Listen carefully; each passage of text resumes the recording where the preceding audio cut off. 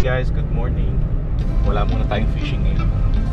At nahangin yung umaga kanina ng madaling araw. So malakas yung wind gusts, tsaka malakas yung flow ng wind, ano? So hindi muna tayo mag-fishing ngayon. Today pupunta tayo ngayon sa Almachira Park para bisitahin natin. Mayroong palang fishing area daw doon. So gusto natin silipin. Malay mo, one day makapag-fish tayo doon. Anyway, we're driving now. So I hope I'll see you guys there soon. See you later.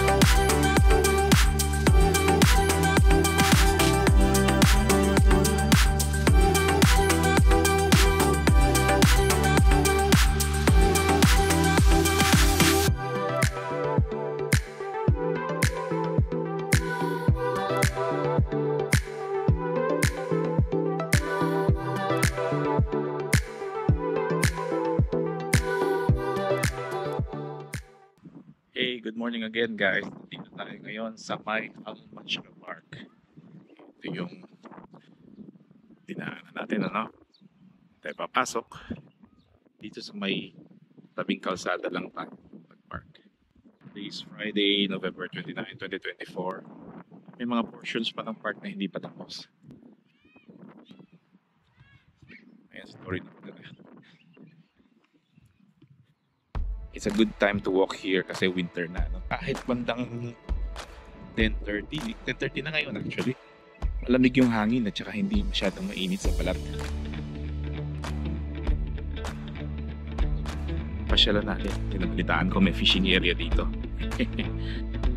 Samahan niyo muna ako sa aking mini walking tour dito sa park na to, ano? Ayan siya.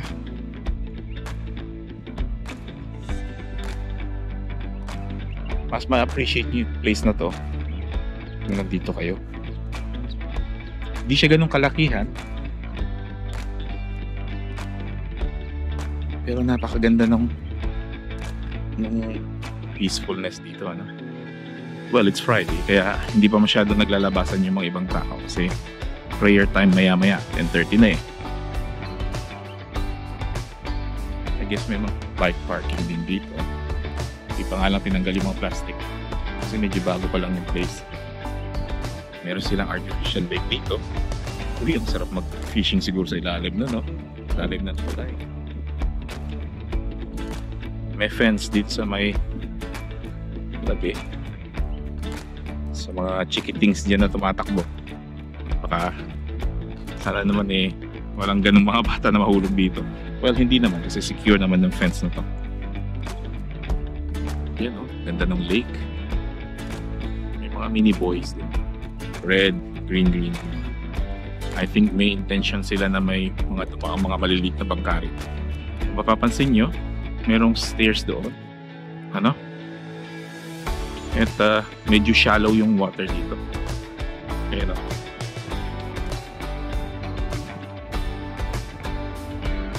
Pasensya na kung medyo malakas yung hangin at medyo nadi-disturb yung voice natin, no? What's that?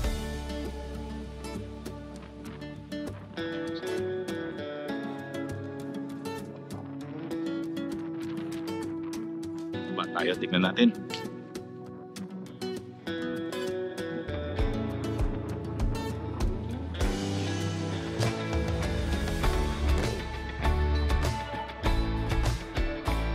Ito yung shallow part ng tubig.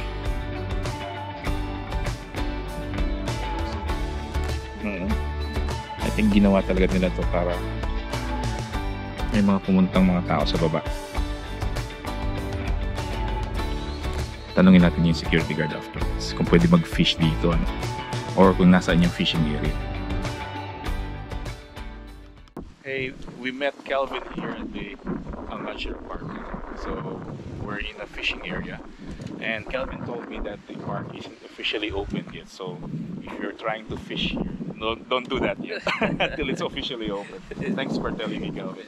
Fishing is not allowed yet, so until they open the park officially. Ito pala yung fishing area. Hindi ko na malaya, nandito na pala tayo. Anyway, tignan pa natin yung ibang part ng park, ano?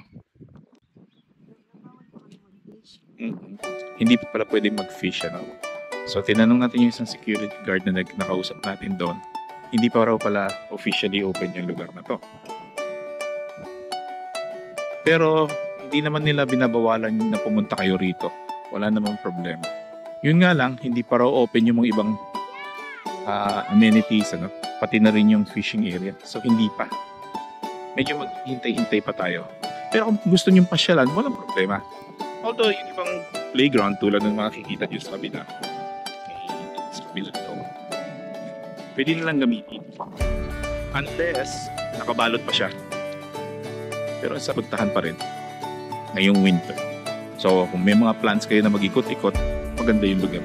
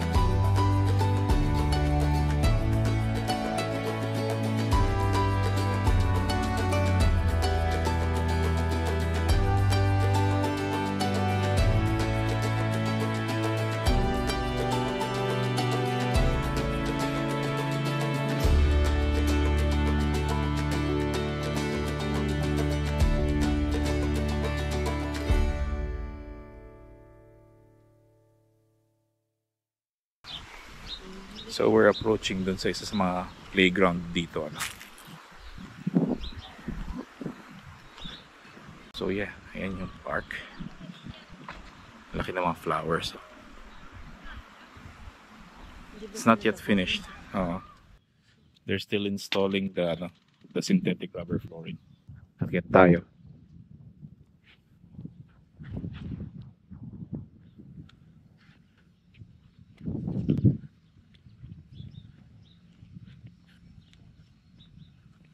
It's been a while since ginawa natin yung mga ganitong klaseng videos, ano. Originally, ang niche ng channel natin is about traveling around Doha and somewhere else sa Philippines.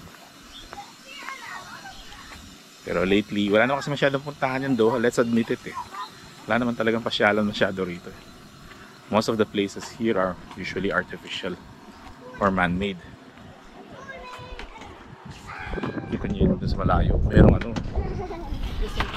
Merong isang giant slide.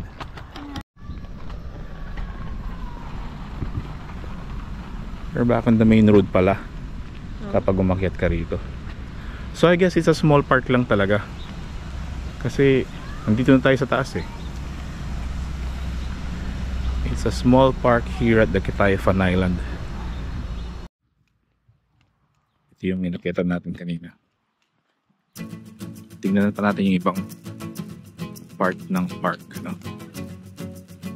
May mga places din na pwede kayong magpuri, relax habang hinihintay nyo naglalaro yung mga bata, habang binabantayan nyo sila.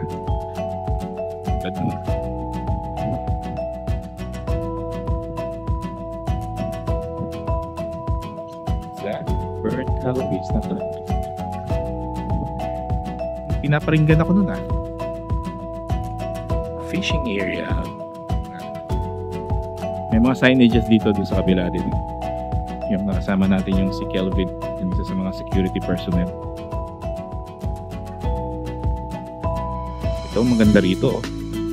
Kapag officially open na to, maganda mag-fishing sa ilalim ng tulay. Ayan hindi mainit. Playground. May mga benches din yan sa mga parents na nagbabantay sa mga anak nila.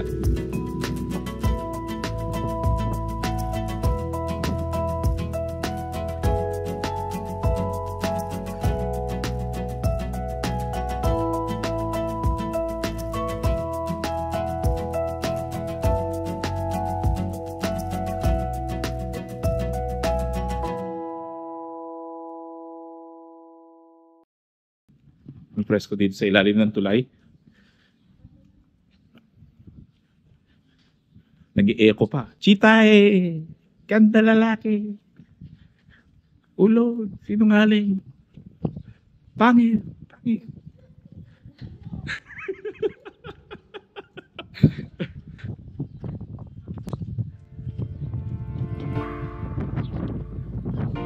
I wonder what this place is.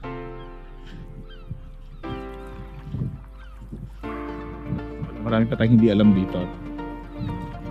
May mga buildings dito. I wonder what they are. It will be great kung connected to sa may tram, sa mga nag-commute dyan via train or taxi. Look at that. The Fisherman's Dream by... What is that?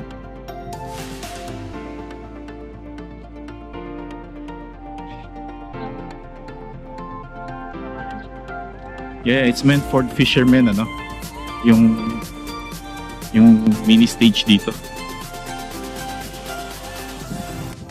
The Fisherman's Dream by Giano Peparin. Yun. Ilian, whatever. I'm sorry, Giano. Wow, ganda rin ang fish dito. Tambay ka lang siya, Sana naman matapos na tong lugar na to.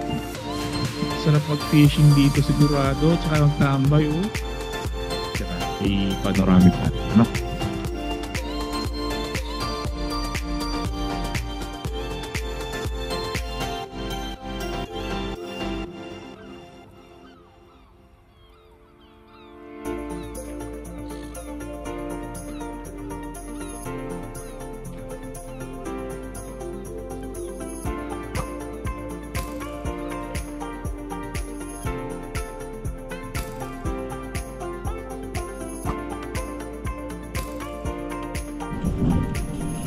Again, let's press on. Silipin pa natin yung ibang parts ng park.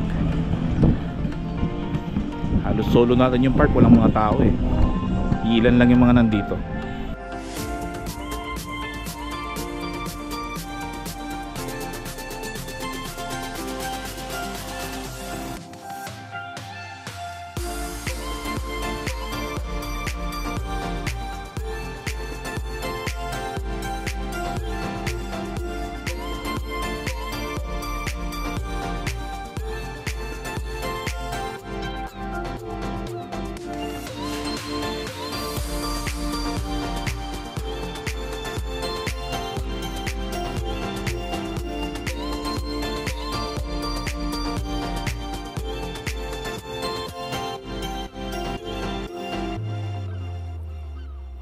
Let's see what's inside. Sabi ko na nga ba bleachers. Bleachers nga. Sorry, hindi pala bleachers. Seats. Ayan yung mga nasa loob ng mga onion domes.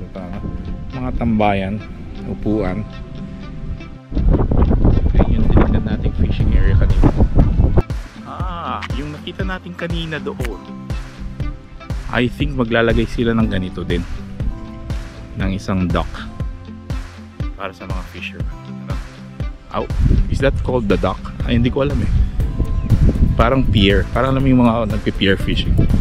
Yan o. Yan. Pwede tabayan ng mga fishermen yun o. Mga anglers. Well, I guess yun lang pala dito sa part nito. Hindi pa siya ganun kalaki ha. Pwede siyang pasyalan muna. Hindi pa siya officially open. Pero pwede na punta. Ngayong winter at least. No? So wala kayong mapagtirahan, mapagpasyalan ng mga bata or mga kaibigan ninyo. Pwede kayong pumunta rito. Anyway, we'll see you guys soon. So, thank you very much kung nakakarating kayo dito sa editing part ng video natin. Thank you very much. Kung nagustuhan niyo, press ang like. At kung gusto niyo rin makakita pa ng ibang content tulad nito, please subscribe. Thank you very much. See you. Bye-bye.